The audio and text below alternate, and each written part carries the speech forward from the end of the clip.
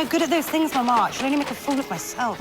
Welcome to MsMojo, and today we're counting down our picks for the top 10 behind-the-scenes facts about Bridgerton. It is Regency with a twist. Everything is just so bold and it's beautiful. How do you feel? I feel wonderful.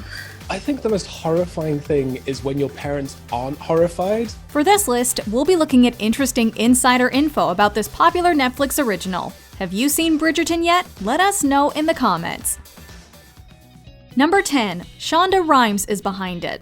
Shonda Rhimes, who created shows like Grey's Anatomy, Scandal, and How to Get Away with Murder, is listed as an executive producer for Bridgerton. But she actually had a much more significant role. She's been so encouraging and supportive of not just me as a show creator, but of the show as well. Rhimes encouraged longtime professional collaborator Chris Van Dusen to read Julia Quinn's book series and consider adapting it for the screen. It was Shonda who had the foresight to know that I would connect to these books, and I really did connect to them. You know, I fell in love with them. Van Dusen went on to create this Netflix original, and the rest is history. While Rhimes may not be part of the show's day-to-day production, the entire thing was her idea, and Shondaland fans will surely find similarities between this and the creator's other shows. All the things that people love about those shows, it's within Bridgerton, but I think it's so unexpected. Number 9. The cast attended Regency boot camp. Bridgerton is set in 1813 in Regency, London, so the cast needed plenty of training before they were ready for their period roles. Is our dear sister still not ready? Oh, she's only been readying herself the entire night. You mean her entire life? In fact, they spent a full 6 weeks at a Regency boot camp, where they learned about the era's history as well as practical skills like riding, dancing, and, of course, etiquette. I'm no good at those things, Mama. I should only make a fool of myself. Well, perhaps if you devoted as much time to your deportment lessons as you did to writing in your journal, you might feel rather better. Their trainers clearly did a good job, because it's hard to imagine the actors from the show actually existing in the modern day. Seeing them without their period clothes and hairstyles is definitely a little jarring. Okay, so we got halfway there because I said it was a French pastry and you said it was a dance, and it's a French dance. There you go. Number 8. Nicola Coughlan worked at an optometrist. Nicola Coughlan, who plays Penelope Featherington on the show, was living a very normal life just 3 years before being cast in the role. This was when I graduated drama school and I was put on a ones to watch list, but I didn't do anything for several years after that, so you could be watching me, but I wasn't really achieving very much. While Bridgerton isn't her first major part, she has a memorable starring role in Derry Girls, she's still new to acting professionally. I should gladly sit this season out. Penelope is quite nervous. This will be her very first season. It wasn't long ago that she had a job at an optometrist's office. Quote, "I was the girl who tells you when your eye test is due," she says. "I used to practice my autograph on the letters." Understandably, she's still pretty shocked at where she ended up, saying, quote, "I walk around every day going, I can't believe I'm part of a Shonda Rhimes show on Netflix." You saw your audition tape and Shonda says, well, it has to be her. Which when you think Shonda Rhimes, the most powerful woman in television, an icon, a goddess, actually, chooses you personally, it's such an honor. Number 7. The show's 2 main families are inspired by the Kennedys and Kardashians.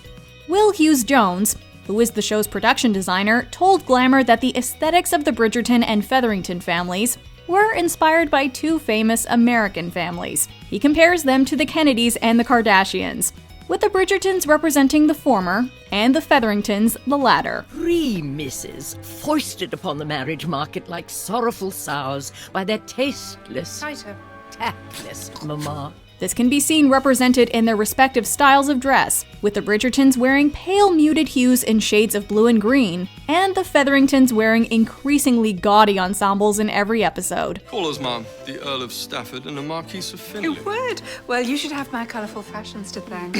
Hughes-Jones says, quote, "It's a period piece with modern inflections, which helps create this amazing, beautiful world." It is Regency with a twist. Everything is just so bold and it's beautiful. Number 6. The cast became real-life friends. Following the 6-week Regency boot camp and another 6 months of shooting, Bridgerton's cast had plenty of time to get to know one another. Is this not just delightful? To know now that our families will be joined forever. Jonathan Bailey, who plays Anthony, Viscount Bridgerton, the oldest of the Bridgerton boys, gives credit to the production team for casting a group of actors who had a lot in common. And then Phoebe, of course, who plays Daphne, has become a best friend, and I feel incredibly sort of proud and protective of her as well as an older brother. He said, quote, "I think it's testament to Shondaland that they managed to cast people who seem like a similar sort of tribe. And everyone really did get on." I think when you're playing a family, a lot of the friendships is blossom from there. He also shared with Cosmo that the cast have a WhatsApp group that they've used to stay in touch since filming wrapped in February of 2020. Number 5. Actors had to warn their families about the sex scenes. If you've seen the show, you know it features some steamy scenes that you may not want to watch with family members. Even the members of the cast had to figure out how to handle this with their own families. If it is this difficult to discuss, how difficult must it be to perform? Jonathan Bailey, for one, recommended that his 90-year-old grandmother read the books the series is based on before watching the show, so that she'd know what to expect.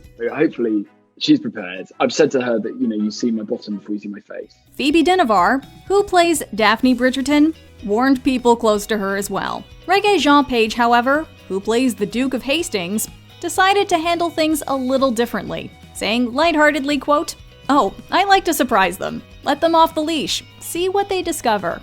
I think the most horrifying thing is when your parents aren't horrified. You're sitting there and you're like, oh, careful, it's going to get to see me. And they're just like, yes, do you think you invented this?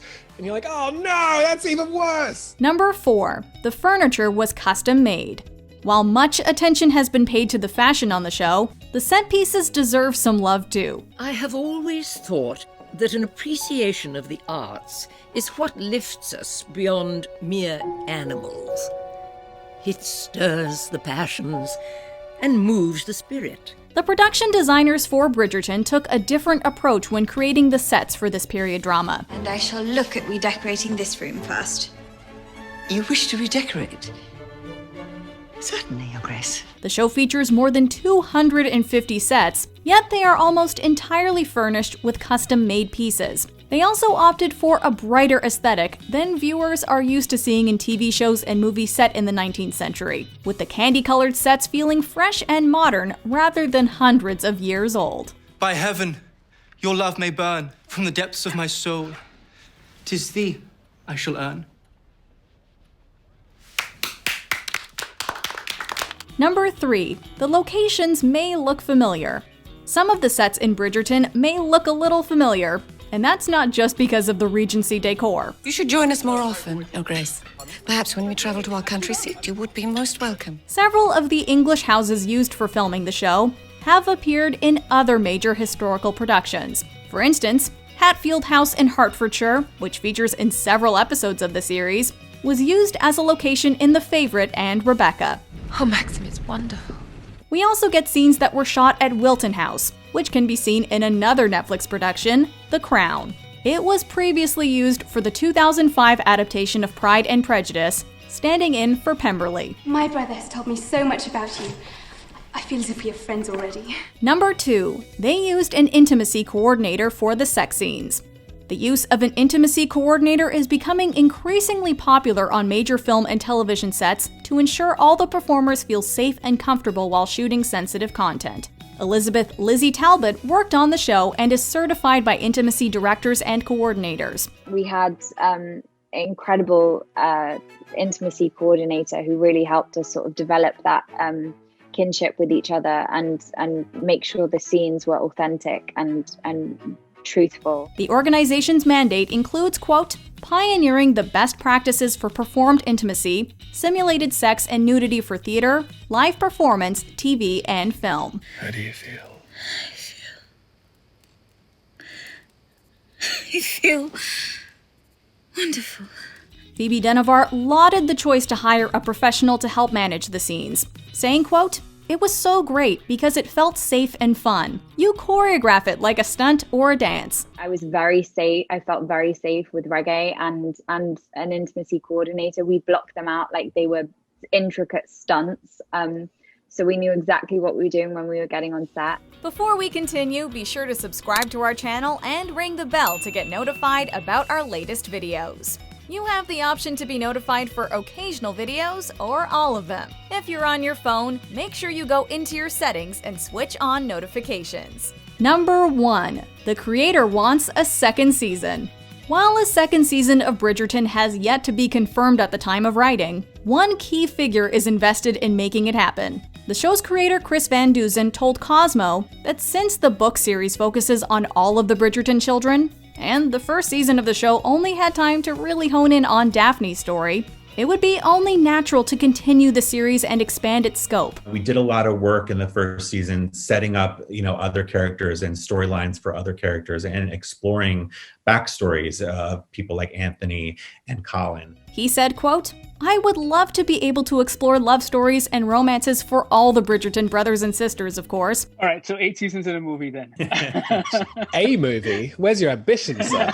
Fingers crossed that he's able to convince Netflix to make it happen. There is no ending in sight for this author.